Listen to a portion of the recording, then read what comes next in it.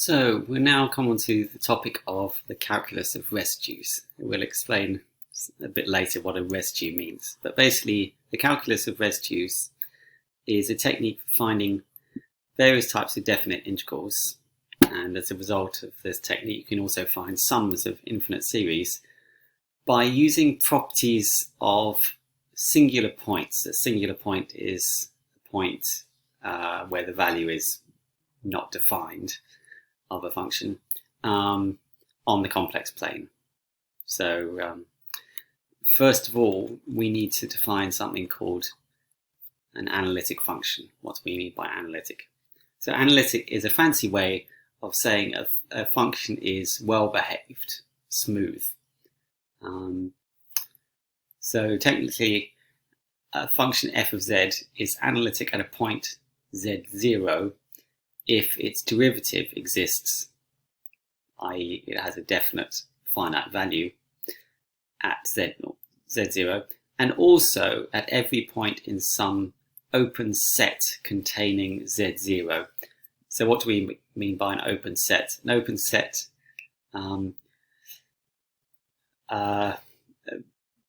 basically means that an open interval, to give you an example, an open interval is for example, the interval x lies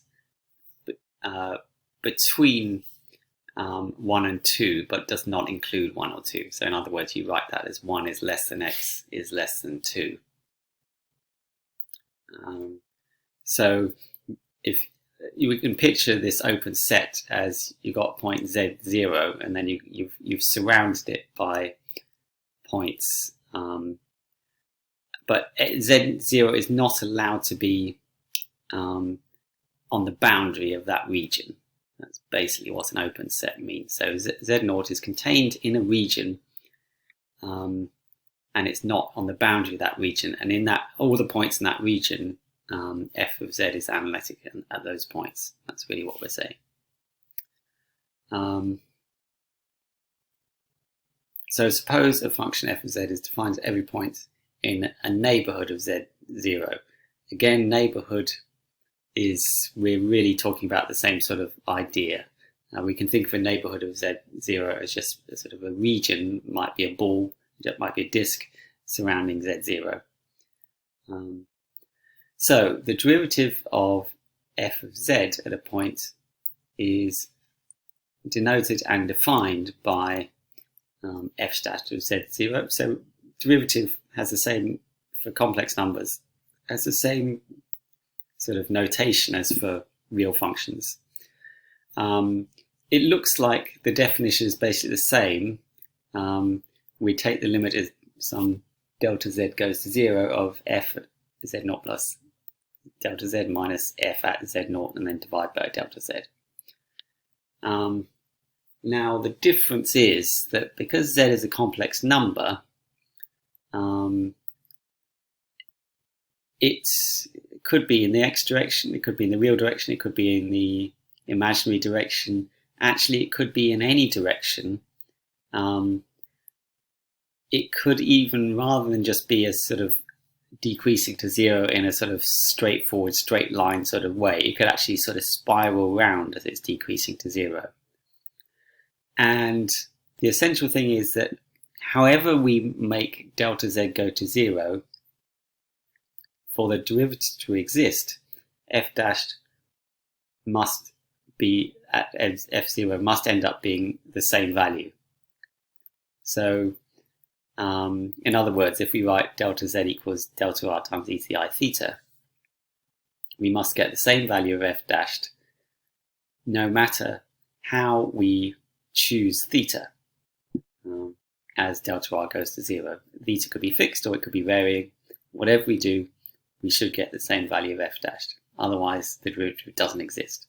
So the derivative, when you're dealing with complex variables, is a sort of very strict and therefore powerful concept.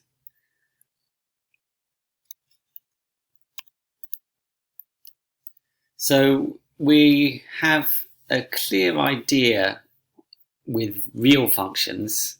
If we've got a real function, we know the derivative, y of x.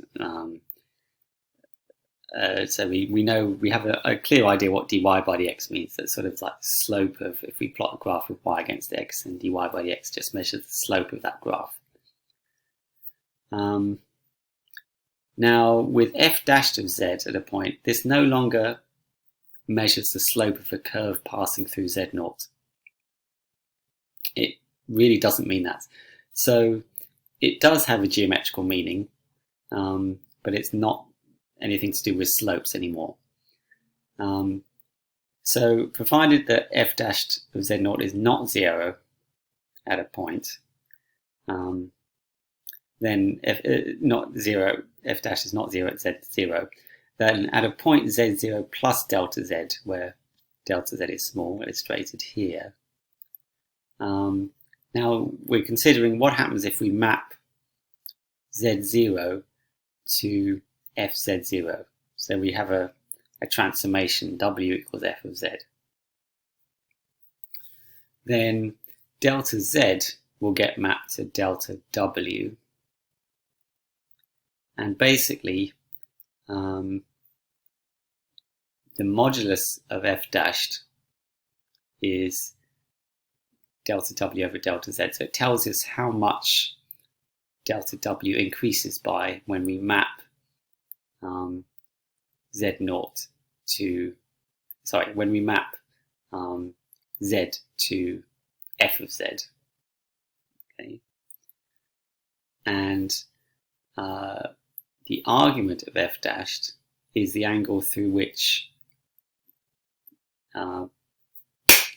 delta w is rotated compared to delta z.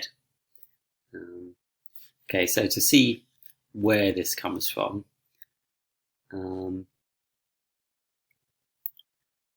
well, we can write down that f of z0 plus delta z is going to be f of z0 plus f dash of z0 delta z. Okay, so that really comes from this, the definition. And so delta w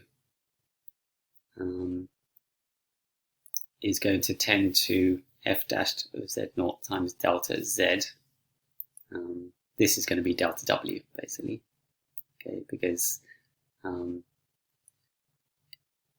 f of z0 plus delta z is effectively this point here, and we're just comparing it with this point here. So basically f of z0 plus delta w is equal to this point here, which is f of z0 plus delta z. So this thing here is actually just delta w. Okay, so delta w is f dash times delta z, and that basically, from that it follows that the modulus of f dashed is, we take modulus of both sides.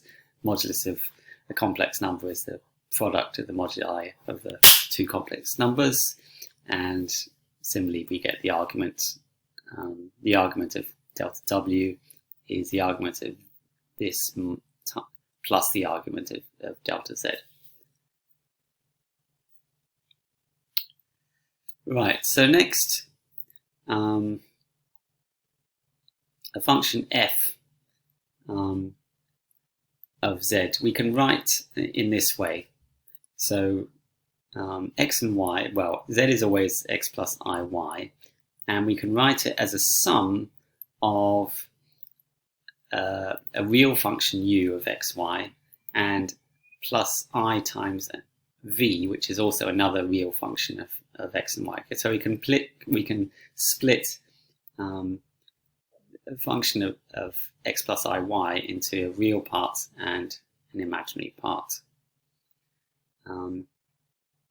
It turns out that a function f is analytic at every point in an open set D if and only if these equations, which are called the Cauchy-Riemann equations, are satisfied at every point in that open set D.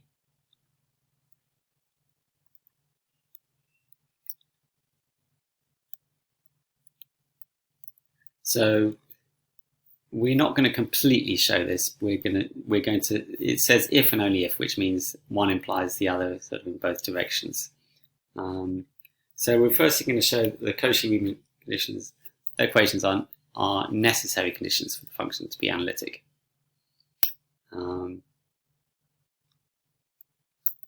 So we write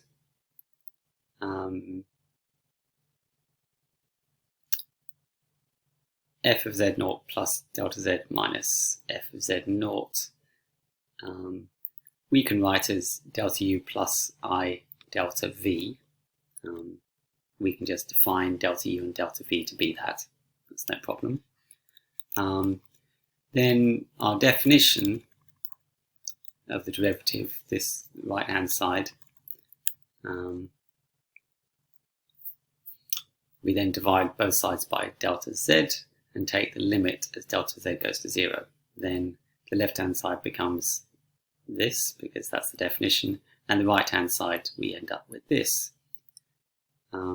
Now if we choose that delta z lies in the theta 0 direction, then that means that delta z is simply delta x. Then we're dividing by delta x, taking the limit as delta x goes to 0, and all that means is that we've got the limit of delta u divided by delta x as delta x going to 0. That's just the derivative of u, the normal derivative of u with respect to x. Partial derivative because u, remember, is a function of both x and y. Similarly, we've got dv by dx as well, times I. Now, if instead we choose delta z to lie in the theta equals pi by 2 direction, so it's along the imaginary axis, then delta z is now going to be I times delta y. So, well, delta z is a complex number, we're going up the imaginary axis, y is real. So now we replace the delta z by I times delta y. Dividing by I is the same as multiplying by minus I, but now we get du by dy and dv by dy. Now these two things have to be equal. Okay, by definition, if the derivative is to exist, it can't depend on which direction delta z is in. So if these two are things that equal, we match real parts and imaginary parts. So we get du by dx is equal to dv by dy. That's the first Cauchy-Riemann equation. And the second one, we're looking at imaginary parts, we've got dv by dx must equal minus du by dy, which is the second Cauchy-Riemann equation.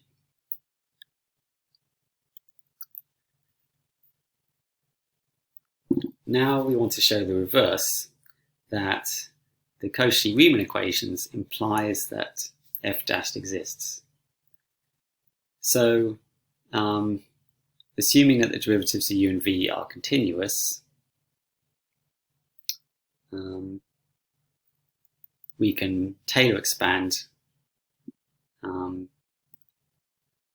u of x plus delta y and y plus delta y, and write, okay, well, delta u is going to be this. It's just delta x plus delta y by definition. Then we can Taylor expand this, which gives us this expression here. Similarly with delta v.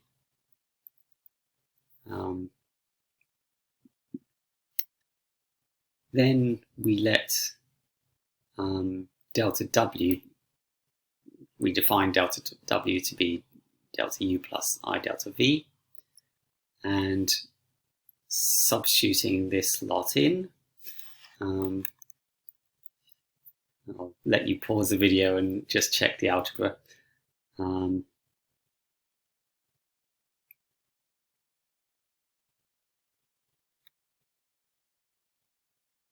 We end up with this expression here, where we've used 2.3. We've used these Cauchy-Riemann conditions, so we're basically using the conditions and seeing what we get. So this is delta w. This itself is delta z. Then we divide by delta z, and we get dw by dz is equal to this expression here, du by dx. And this is derivative.